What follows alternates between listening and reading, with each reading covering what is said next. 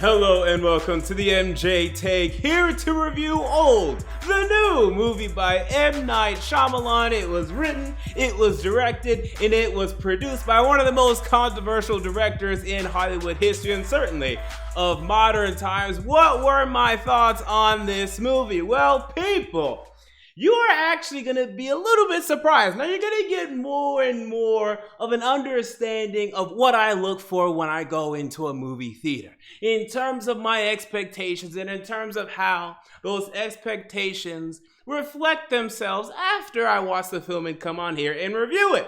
Now, this film is getting a lot of criticism, a lot of hate, and that's not crazy. It's about a 50% right now on Rotten Tomatoes.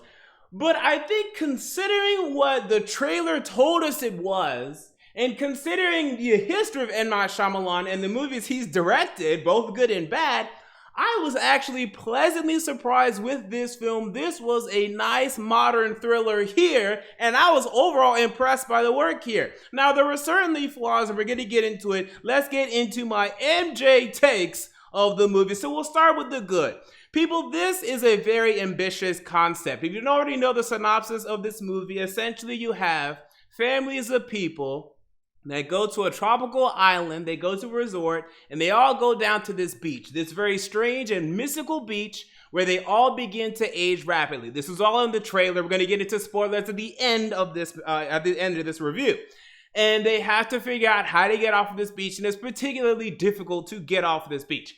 Now, just dealing with that concept alone, okay, dealing with a concept where you have a real cast of characters on a beach and dealing with the science of how they're aging and not dying, despite the fact that, okay, yes, they'd have to feed themselves more, a ridiculous amount more. They'd have to, drink more water, have more sustenance. There'd be more health issues than it'd be even explained in the film. I mean, there's a lot to actually go on there. So they kept it pretty simple, stupid. And I know some of the rules here weren't particularly consistent, but for only an hour and a half, I think the runtime was officially an hour 40 minutes, so that's 10 minutes of credits right there.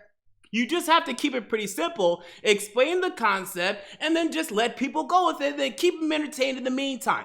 M. Night did a very good job at that, mostly, and I give him props for that. Continuing with the positives in this film, it was quick to the point. Now, there wasn't too much backstory. Now, this did hinder the film a little bit because I would have liked to see a little bit more character development early so that I would be a little more invested in the characters, but as they age, as they go through this crisis, you have character moments. So it's actually overall good to get quick to the point, get to the suspense, get to the thriller part of it, and then let's try to figure out what the hell is going on here. So I like that. And then my final positive for this film, I had two more. It was also well acted, mostly. Now, I had a couple characters in here that didn't quite work well for me, and this was only an $18 million budget. And the only actor that I was familiar with, actually there were two. One was Alex Wolff, who's been in the Jumanji series, the film series, and then the other was the mother. I can't remember her name right now off the top of my head. Everyone else, and M. Night Shyamalan, because he has to be self-indulgent and put himself in this movie. It's not a spoiler. He's on the cast list. And I think he was even in the trailer. So, he's a little self-indulgent there. So we're talking about only an $18 million budget here. So it's not it's not a Hollywood cast, not a blockbuster cast, but still I thought it was well acted. I thought almost all of these characters were likable, almost all of them, except for the doctor. The doctor was ridiculous. We'll get into him later on in this review. But I think it was well acted mostly. And this wasn't a terrible M. Night Shyamalan ending, people. I'm just going to say that in the non-spoiler section. It wasn't a terrible ending. In fact, if anything, it went a little too long. But it wasn't ridiculous. It didn't feel as if you wasted your entire time watching this film. Now, what was the bad of this movie? Because, there has to be bad in this movie. And we have to look at a couple of things here. Firstly, I look at the horror tropes. There are horror tropes in this film. It felt very Netflix at times because, we've been in COVID. So I've had to sit back and watch horrible Netflix films, horrible movies, and it felt very Netflix at times. Like, I know a lot of people like Bird Box. I even like Bird Box.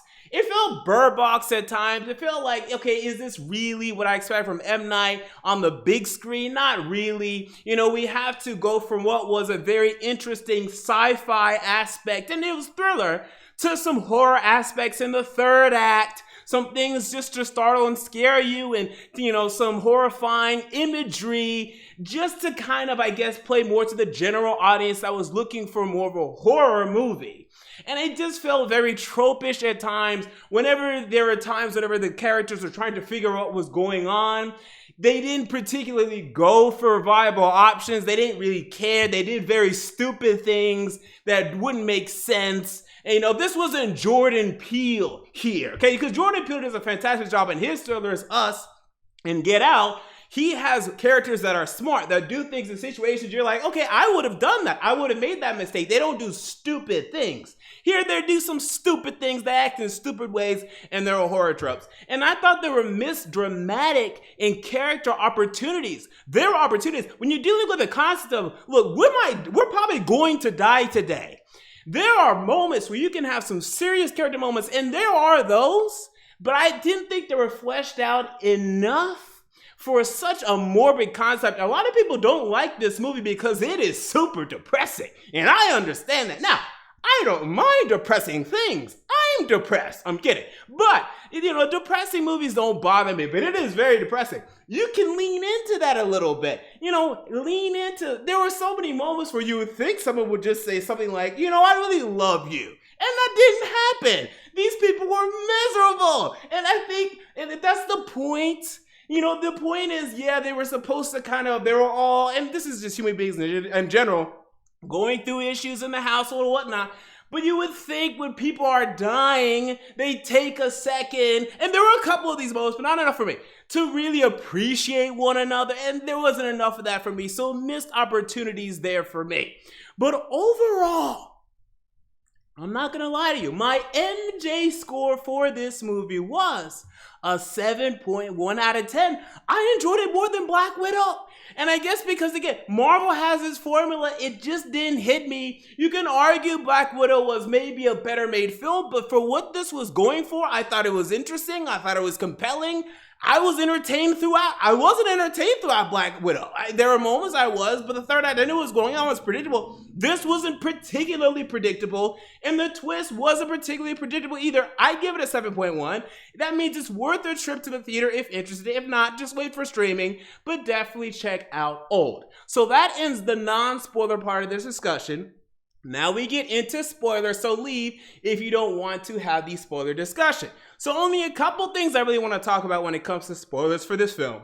One is the twist. So the twist is that, and this isn't even really a twist to me because the whole, I guess throughout the entire film, that they were put here for a reason. You begin to learn that they all have medical conditions, or at least most of them except for the children. They all have medical conditions, so you start to begin and wonder as to why. So I was thinking, I guess they're doing some sort of experiment where people are going to die anyway. Just throw them on this, island. Maybe it'll heal them. Maybe it won't. I thought some of these people were just going to be healed naturally, and then they might die or something and then be transported out and then be fine. That's what I was thinking. But then it turns out that it's a group of scientists, a scientific group that is putting these people on this beach with the intention of giving them medicine first and then seeing how long the medicine actually takes to work, expediting the medical process. So instead of us having to take 16 actual years to see, does this medicine work? Well, let's throw them on the beach for 4 hours and then we have that answer. I thought that was actually pretty interesting. Now, it was some people argue it's kind of elementary. They could have went for a little more than that. Sure. But this is a Christopher Nolan. I would expect that from Nolan. I would expect that from Scorsese. For M. Night, I say it makes sense. Pretty good. Is that realistic? Would an actual scientific group do such a thing? Probably not, but we're in a movie here. So I actually like the twist. Some people don't like the twist. I liked the twist. The only problem I had with the twist in the ending, I thought it went too long. I would have been fine because I assumed that Alex Wolff's character, can't remember his name right now, I assumed that he made it out. I wasn't sure if the sister made it out. I just wanted to see him, him giving the little boy at the end the note. You could have cut the movie there. That would have been fine for me. He didn't even have to go off and then tell the cop, or him ending with just telling the cop, giving the cop the book. You could have ended there. I did not need to see them, I guess confronting the medical group, the scientific group. I didn't need to see that. I didn't need to see the cop, and everyone just like circled around talking about what's going on. I didn't need to see the helicopter. Now, the helicopter ending, I did like that because, for a movie that really doesn't drive home enough a real theme, there's not a big takeaway here except for maybe, hey, you better live your life because you never know when you're going to die and you better live it now. There's a theme that they didn't really drive it home. Now, the little helicopter scene at the end, they drove home a little bit in terms of, again, hitting the little, some more dramatic impact for us from a movie that we really just like to go into for a thriller's sake, just to be thrilled, to be excited, and to be mesmerized as to what exactly is going on.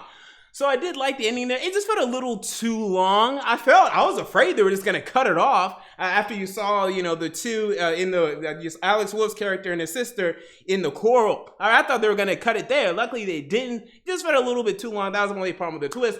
But again, just those missed dramatic opportunities. For instance, again, you're talking about the couple, the main couple of the family. I mean, you're talking about they're literally dying on the beach. And it made sense because the dad is forming amnesia. He's trying to say, I love you. He can't. The wife is kind of already out on the marriage. That was an I love you moment, for God's sake. I mean, you can't it was sweet, but that's a little too depressing. You just got to let them say, I love you, and then let them die. I mean, to just let him die without actually saying it, and then her just to say, I know. Okay, we can do a little better than that. I know it's a little tropey, but you need to be a little romantically tropey here. In that moment, please. And then again, I did not like the doctor. The doctor, his overacting was ridiculous. And the thing with him and the knife and the blurry scene, okay, now that was ridiculous. The ridiculousness of this skinny blonde turning into some skeletal creature. Why are we doing this? Up until this point, this has been a nice little interesting, again, scientific, like, ooh, what is going on? A nice mystery. And then now let's just throw in this horror crap. It leaned too much into paranormal activity junk when things have been very interesting up to that point. So that was my problem in terms of the misdramatic moments, in terms of the horror tropes. But again, I liked this film, and I'm going to go down on the ship probably, but I give Old a 7.1 out of 10. So what were your thoughts on Old? Comment down below. I want to know. If you enjoyed the video, make sure to like, comment, and most importantly, to subscribe. And until next time, this has been MJ, and I'm out. See you all later.